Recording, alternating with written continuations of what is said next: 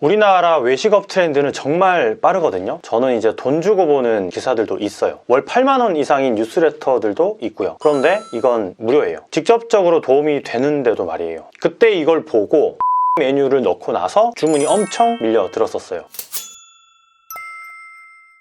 이 사람과 이 사람 누가 더 저 멀리 보이지 않는 적을 빨리 없앨 수 있을까요? 네, 당연히 왼쪽에 있는 저격수겠죠. 혹시 아실지 모르겠어요. 우리가 상대하는 손님도 이렇게 보이지 않는 거라는 걸요. 저격수는 보이지 않는 적을 없애기 위해서 명확하고 좁게 타겟팅을 해서 조준을 해요. 그리고 한 방에 모든 걸 걸고 방아쇠를 당기고요. 우리 손님도 어떻게 보면 마찬가지예요. 우리는 딱 한 발 있는 총알을 가지고 매장을 오픈하잖아요. 그런데도 불구하고 저격수처럼 하지 않고 이렇게 람보처럼 그냥 휘갈기고 있어요. 즉 손님들이 무엇을 원하는지, 어떤 걸 좋아하는지, 앞으로 무엇을 찾을 건지를 모른 채 말이에요. 장사에 있어서 이렇게 시장을 좁히지 않거나 타겟을 설정하지 않고 무언가를 한다는 건 굉장히 잘못된 거예요. 조금 더 쉬운 얘기로 풀어보자면 트렌드와 유행을 모른 채 장사를 하는 것과 마찬가지라는 거죠. 이제 여기서 말하는 트렌드와 유행이 어떻게 보면 좀 같은 말 같지만 우리나라에서는 다른 의미로 쓰이기도 해요. 둘 다 장사에 적용해야 하는 건 맞는데요. 이제 유행은 단기적인 수익 극대화라고 보시면 돼요. 이제 한마디로 짧게 그냥 지나가는 거죠. 반대로 트렌드는 기회만 잘 활용하면 장기적인 수익 확보가 가능해요. 최소 1년, 2년 이상 지속이 되는 거고요. 우리가 하고 있는 장사는 이런 트렌드와 유행에 의해서 많은 게 좀 바뀌어요. 이제 다들 알고 계시는 대만 카스테라나 벌꿀 아이스크림, 또 흑당 밀크티, 이건 그냥 유행이 지나지 않아요. 하지만 트렌드는 마라탕, 로제, 하이볼 이런 것처럼 좀 오래 갑니다. 지금도 이제 먹히고 있듯이요. 이해가 좀 되셨나요? 문제는 장사를 하면서 좀 바쁘기 때문에 실질적인 어떠한 데이터에 접근하기가 쉽지 않다라는 거죠. 그래서 제가 오늘 말씀드릴 게 돈이 되는 트렌드에 대한 통계와 데이터예요. 특히나 이제 배민에서 발간하는 책자가 좀 있는데요. 무료임에도 불구하고 이제 유료급의 가치가 있어요. 이거 이제 모르시는 분들 좀 많더라고요. 제가 프랜차이즈 본사분들한테도 트렌드 관련 강의 같은 걸 할 때 좀 많이 참고하는 내용이기도 해요. 왜 제가 이런 트렌드를 좀 말씀을 드리냐 하면 사실 동네에서 장사하시는 분들은 외식 시장이 돌아가는 사정을 알 수가 없어요. 그러다 보니까 좀 많이 뒤처지는 경향이 있거든요. 특히나 신메뉴 도입이 좀 용이한 배달 매장의 경우는 이런 유행과 트렌드가 굉장히 중요한 사업군에 속하는데 놓치고 있는 것들이 많아요. 예를 들어서 이제 마라 관련 메뉴가 유행을 타다가 트렌드로 이렇게 넘어갔을 때 전혀 모르고 있던 사장님들은 수혜를 보지 못했었어요. 다만 트렌드 관련해서 시장이 좀 돌아가는 상황을 예의주시하고 통찰을 가지신 사장님들은 마라 관련한 메뉴를 발빠르게 도입해서 매출을 많이 올릴 수 있었고요. 로제나 하이볼도 사실 마찬가지예요. 휘낭시에, 마카롱, 다쿠아즈 이런 것처럼 디저트 관련도 유행과 트렌드에 좀 민감한 영역이라서 이런 정보에 예의주시만 한다면 충분히 경쟁력이 좀 있을 수밖에 없어요. 배민 트렌드는 2021년에 처음으로 이제 선을 보였었는데요. 그때는 책자로 발간이 되었었어요. 저 역시 해당 책자를 보고 트렌드를 분석해서 코칭하는 매장에 좀 적용을 하고 콘텐츠를 만들었었던 그런 기억이 있어요. 그 뒤로 나온 트렌드는 온라인으로 발간이 되었는데 예를 들면 2021년에 로제 관련 메뉴의 주문율이 2020년 대비 약 7배나 증가했다는 통계가 있었어요. 그걸 보고 이제 동네 분식집에 로제 메뉴를 2개 정도 추가를 했는데 석 달도 되지 않아서 주문율 1위를 기록하면서 순이익 260만 원이던 분식집이 380만 원이 되는 귀염을 토하기도 했어요. 당시에 로제가 좀 많이 남길 수 있는 여러 어떤 꼼수들이 좀 있었거든요. 사장님도 좀 대단히 만족해 하셨었던 그런 기억이 있습니다. 2023년도 트렌드에서는 이제 제로 관련, 제로 콜라나 제로 사이다나 노슈가, 저칼로리 관련 이런 것도 다 포함이 되는 거긴 한데 제로 관련 음료가 2022년 대비 약 2.5배가 높다는 걸 파악을 해서 제로와 더불어서 이제 디카페인이랑 이런 음료를 좀 대부분의 카페 매장에 코칭을 제가 했었는데 역시나 적중을 했어요. 배민 트렌드에 나왔던 제로 관련 음료는 3배 이상 주문율이 좀 높게 나왔었고요. 그만큼 통계와 데이터로 알 수 있는 객관적인 트렌드는 유용할 수밖에 없어요. 왜냐하면 실제로 이제 배민의 내부 데이터를 통합적으로 알 수 있는 유일한 창구이기 때문에 그래요. 저희 입장에서는 온라인으로 이런 트렌드 웹진을 무료로 볼 수 있다는 게 무척이나 좀 반가운 일이기도 하죠. 실제로 많은 배달 전문 프랜차이즈 본사에서는 매년 2회씩 발간되는 이 배민 트렌드를 유심히 분석해서 신메뉴를 내놓거나 배민 광고 세팅, 가격 설정, 메뉴 리네이밍 이런 거를 좀 다시 하고 있기도 해요. 사실 몸집이 큰 브랜드는 이런 걸 적용하기까지 좀 시간이 꽤 오래 걸리는데 우리 같은 개인 브랜드는 즉시 적용이 가능하기 때문에 꼭 활용을 좀 해보시면 좋을 것 같아요. 참고로 이제 저는 8만 원 정도 들여서 유료로 받아보는 트렌드 기사나 뉴스레터들도 있는데요. 외식 관련된 건 전체적인 트렌드밖에 알 수가 없어요. 배민 트렌드는 이게 내부 데이터이기 때문에 관계자가 발설하지 않는 이상, 누군가에게 얘기해주지 않는 이상 추측만 할 뿐인 거죠. 이런 웹진이 없었다면.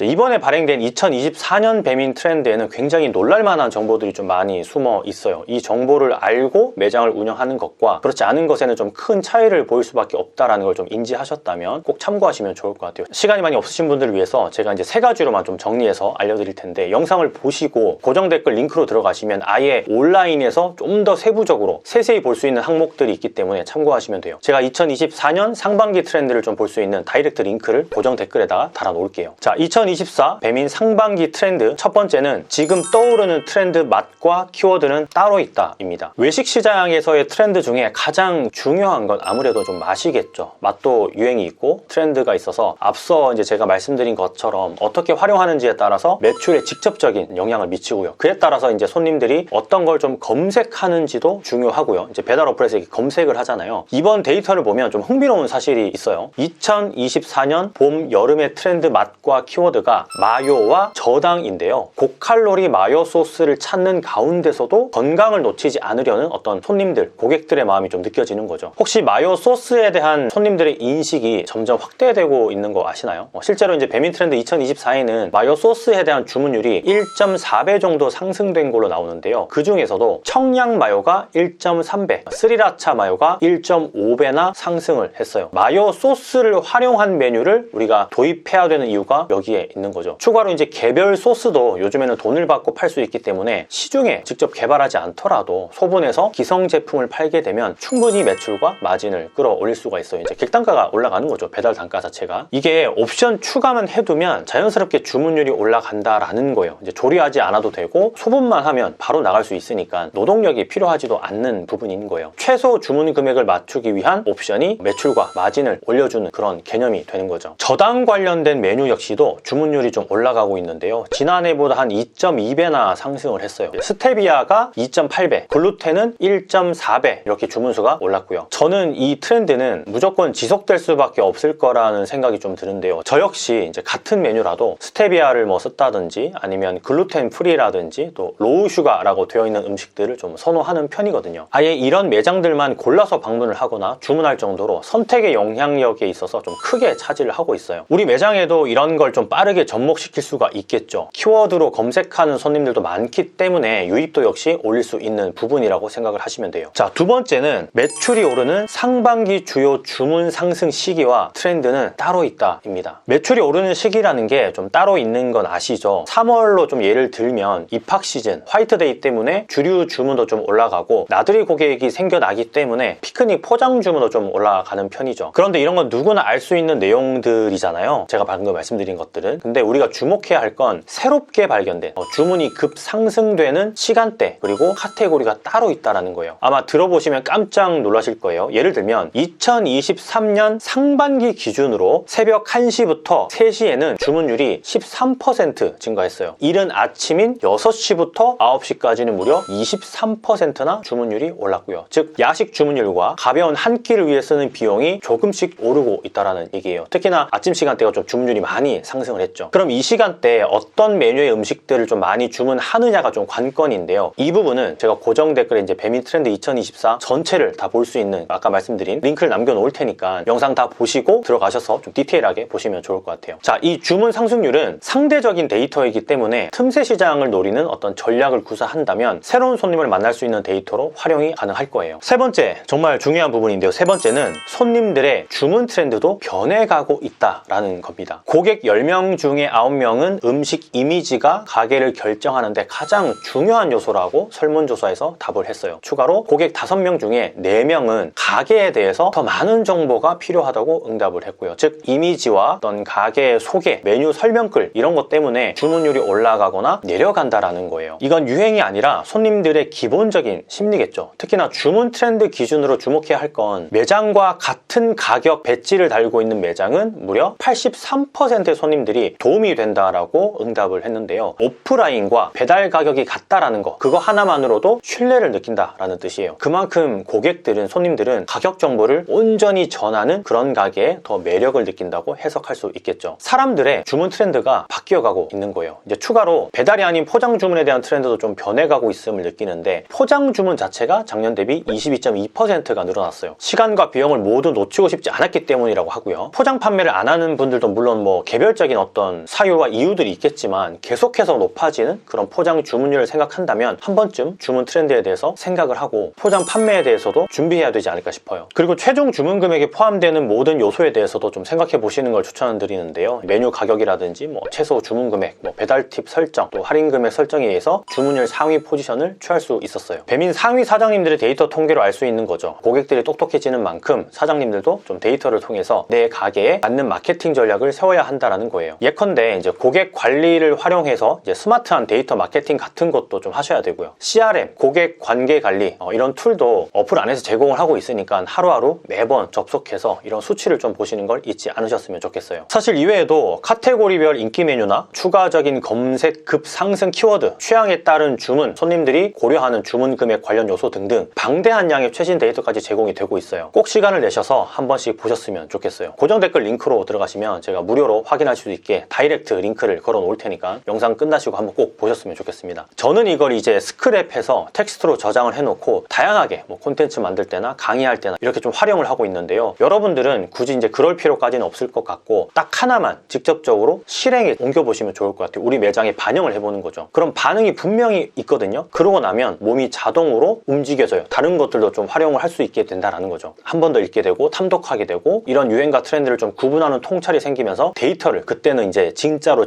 잘 활용할 수 있게 되는 거예요.